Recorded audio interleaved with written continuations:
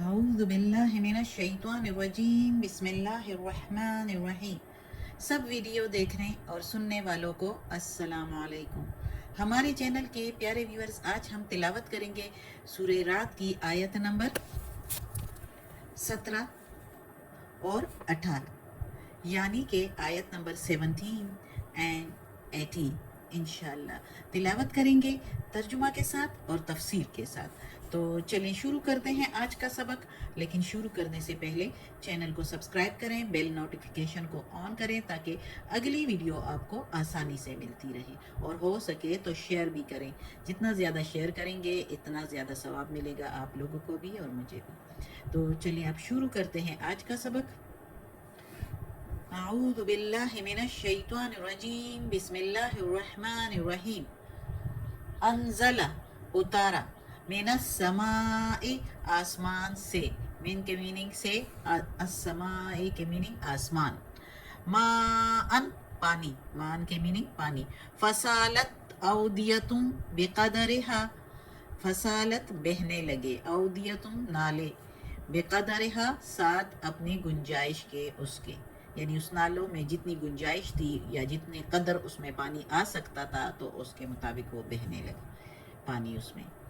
فاحتمل السیل زبدا، زبدا رابیا، پھر اٹھا لیا نالوں نے جاگ، پھولا ہوا۔ فاحتملا جیسے کہ بوجھ اٹھانا ہوتا ہے، اس کے لیے یوز ہوتا ہے، تو ادھر ہم اس کے لیے یوز کریں گے بوجھ اٹھانے کے لیے، ادھر کہ اس کی جگہ اوپر لے آیا وہ نالے، جاگ پھولا ہوا اوپر لے آیا۔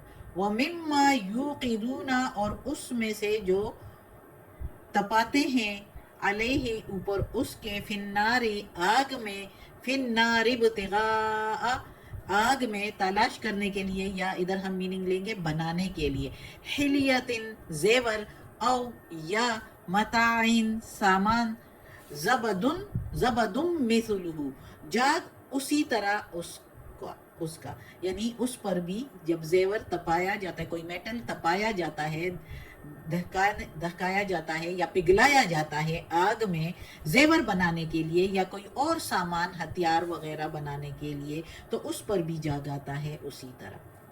کذالک اسی طرح، یہ انشاءاللہ بھی تفسیر پڑھیں گے پھر صحیح سمجھ آئے گی انشاءاللہ۔ کذالک اسی طرح، یضرب اللہ الحق اسی طرح بیان کرتا ہے اللہ حق، والباطل اور باطل کو۔ کذالک کے میننگ اسی طرح، یضرب کے میننگ بیان کرتا ہے، ویسے رمزی میننگ مارنا اس کا، تو یعنی مارتا ہے حق اور باطل کو، یعنی بیان کرتا ہے ہم کہتے ہیں نا اس نے اس پر ایک بات مار دی، تو وہ اسی طرح ادھر جو ہے یضرب اللہ بیان کرنے کے، یعنی بیان کر دی اللہ نے حق اور باطل۔ فَأَمَّا الزَّبَدُ پھر جو جاگ ہے، فَيَذْهَبُ جُفَاءً پھر وہ چلا جاتا ہے یا ضائع ہو جاتا ہے خشک ہو کر، سوکھ کر۔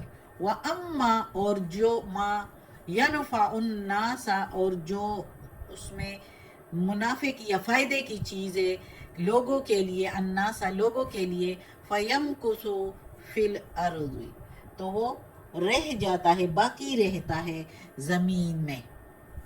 کذالک اسی طرح، یضرب اللہ بیان کرتا ہے اللہ، یضرب اللہ الامثال بیان کرتا ہے اللہ مثالیں۔ اب اس آیت میں اللہ تعالیٰ بیان کر رہا ہے حق اور باطل میں فرق، اور کتنے زبردست طریقے سے حق اور باطل میں۔ اب اس سے پہلی آیات میں ہم نے توحید کے بارے میں اللہ تعالیٰ بتا رہے تھے جگہ جگہ پر کہ کسی کو شریک نہیں کرو، جو کافر ہیں وہ تو اسی طرح شریک کرتے ہیں کہ جیسے کہ انہوں نے بھی کچھ بنایا ہو اور وہ پھر شک میں پڑ گئے ہو، جس طرح پچھلی سبق میں ہے۔ تو یہ سب کچھ توحید کا ہے کہ اللہ تعالیٰ واحد اکیلا زبردست ہے۔ تو آج جو ہے، آج کی اس آیت میں اللہ تعالیٰ حق اور باطل میں فرق بتا رہا ہے کہ کیسے جب آسمان سے پانی اترتا ہے تو ندی نالوں میں بہنے لگ جاتا ہے، اور ہر ندی نالے میں اس کے گنجائش کے مطابق جتنا پانی اس میں اللہ نے چاہا تو اس میں جاری کر دیا، چھوٹے میں اس کے مطابق، بڑے میں اس کے مطابق، اس کی گنجائش کے مطابق۔ پانی جب رواں دواں ہو جاتا ہے زمین پر تو اس کے ساتھ مٹی، گند وغیرہ اس کو گدلا بھی کر دیتا ہے اس پانی کو، اور بہت میل کچیل اس میں ہوتا ہے جو اوپر آ جاتا ہے جاگ بن کر کچھ، اور کچھ حش و حشاک اس کے اوپر، اس پانی ندی نالوں کے اوپر آ کر بہنے لگ جاتا ہے۔ اور اسی طرح جب تیز آگ میں جب کوئی میٹل، کوئی دھات، کوئی بھی، چاہے وہ چاندی ہو، تانبا ہو، چاہے سونا ہو، اس کو جب تپایا جاتا ہے، پگھلایا جاتا ہے آگ میں زیور بنانے کے لیے، یا کوئی ہتھیار، کوئی سامان، کچھ اور برتن شرتن بنانے کے لیے، تو اس پر بھی جب تپایا جاتا ہے تو بالکل اس پر بھی اوپر جو ہے گند شن جاگ بن کر آ جاتا ہے، اور خالص میٹل جو ہے یا دھات جو ہے وہ نیچے رہتا ہے۔ تو اللہ تعالیٰ بیان کرتا ہے اس آیت میں، یہ جو پانی آسمان سے اترتا ہے اس کو وحی کے لیے تشبیہ دی ہوئی ہے، اور جو نالوں میں پانی جاتا ہے تو وہ ایسے ہیں کہ انسانوں کے جو ہے اس پر اس وحی کا کتنا اثر ہوتا ہے، کس قدر اثر ہوتا ہے۔ اور یہ جو جاگ ہے جو اوپر آ جاتا ہے وہ باطل والے لوگ ہیں، جو مومن ہوتے ہیں وہ تو وہ پانی ہے، جو جن پر اثر ہوتا ہے اس وحی کا اور اثر لیتے ہیں تو وہ پانی، جو جاگ ہے اوپر اور خش و خشاک اوپر آ جاتا ہے پھول کر اوپر، تو وہ باطل ہوتا ہے۔ اسی طرح تانبے یعنی میٹلز پر، دھاتوں پر جو اوپر جاگ آ جاتا ہے، بالکل اسی طرح نالوں پر بھی جو گند، تو اسی طرح میٹل پر بھی اوپر جو گند، اس کو باطل کو اس سے تشبیہ دی گئی ہے کہ یہ گند جو ہے، اور شروع میں تو ایسے لگتا ہے کہ اس نالوں میں بھی اور اس بھٹی میں جو میٹل ہے اس کے اوپر بھی جاگ، جو تو ایسے لگتا ہے کہ یہی جاگ ہی جاگ ہے، سب کچھ یہی ہے اوپر جو آیا ہوتا ہے۔ تو بالکل اسی طرح یہ باطل بھی لگتا ایسے ہے کہ باطل ہی باطل ہے، کیونکہ جب حق اور باطل، جب وہی اتری، جس نے قبول کر لی وہ حق پر ہوئے، جس نے قبول نہیں کی وہ باطل پر رہے، اللہ کی نافرمانی کرتے رہے، تو وہ باطل ہوا۔ تو جہاں پر حق اور باطل ہو تو وہ تو آپس میں لڑتے ہیں، اور شروع میں ایسے لگتا ہے کہ باطل ہی باطل ہے اوپر، جس طرح جاگ اوپر ہوتا ہے، تو ایسے لگتا ہے کہ مقابلے میں جو ہے تو وہ باطل ہی اوپر ہے، کہ وہ اونچا رہے گا۔ لیکن کچھ ہی دیر بعد دیکھا جائے تو وہ باطل منتشر ہو جاتا ہے، ختم ہو جاتا ہے، اور حق جو ہے وہ غالب رہ جاتا ہے۔ وہ جو نیچے پانی تھا، حق صاف پانی رہ جاتا ہے، گند بہہ کر چلا جاتا ہے، خشک ہو جاتا ہے، اور اسی طرح میٹل کے اوپر بھی وہ جاگ جو ہے وہ ختم ہو جاتا ہے، چلا جاتا ہے، اور نیچے صاف ستھرا میٹل حق رہ جاتا ہے۔ تو اللہ تعالیٰ نے یہ مثال بیان کی ہے حق اور باطل کے لیے۔ بالکل اسی طرح اگر کسی مومن کو باطل کی عارضی نمائش سے جو ہے، یہ اللہ تعالیٰ اس آیت میں بتا رہا ہے کہ باطل کی یہ جو عارضی نمائش ہوتی ہے، جو اس طرح مکہ کے لوگوں نے مدینہ کے لوگوں پر کیا، تو اس سے متاثر نہیں ہونا چاہیے۔ یہ کچھ ہی دیر کے لیے ہوتا ہے، کچھ ہی وقت کے لیے ہوتا ہے۔ مومن کو گھبرانا نہیں چاہیے، اسے دھوکہ نہیں کھانا چاہیے۔ اور اسی طرح کسی انسان کے دل میں بھی جب حق اتر جائے،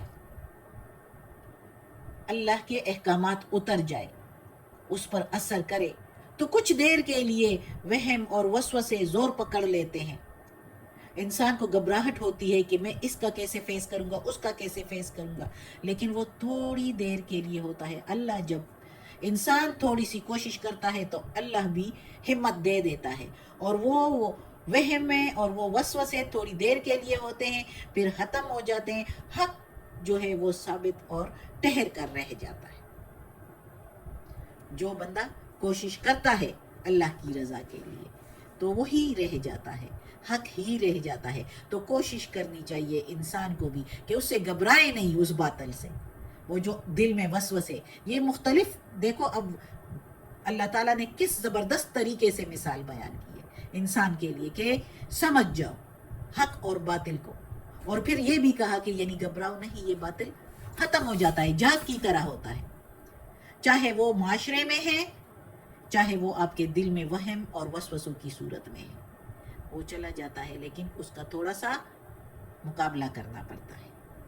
صدق اللہ العظیم. آج کا سبق یہی، کیونکہ اگلی آیت اگر پڑھیں گے تو کافی زیادہ ہو جائے گا پھر، تو اتنا بھی پڑھے روز کے روز تو یہ سمجھ آ ہی جاتی ہے. اللہ کے احکامات انسان کے دل میں کچھ نہ کچھ اتر ہی جاتے ہیں، اور جو زیادہ کوشش کرتے ہیں تو اس کو دوبارہ دوبارہ پڑھتے ہیں، تو اس کی وجہ سے اور بھی زیادہ ان کو حق اور باطل کا فرق پتہ چل جاتا ہے. اور جب حق اور باطل کا پتہ چل جائے اور حق کو جو کوئی پکڑ لیتا ہے تو وہی کامیاب ہوتے ہیں.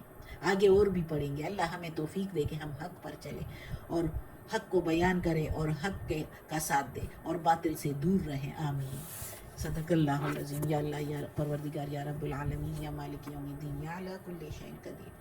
یا اللہ یہ تیرے کلام قرآن مجید کی تلاوت کی ہے ترجمہ اور تفسیر کے ساتھ، اس میں کوئی غلطی ہوئی ہو تو معاف کر دینا، تو معاف کرنے والا مہربان ہے.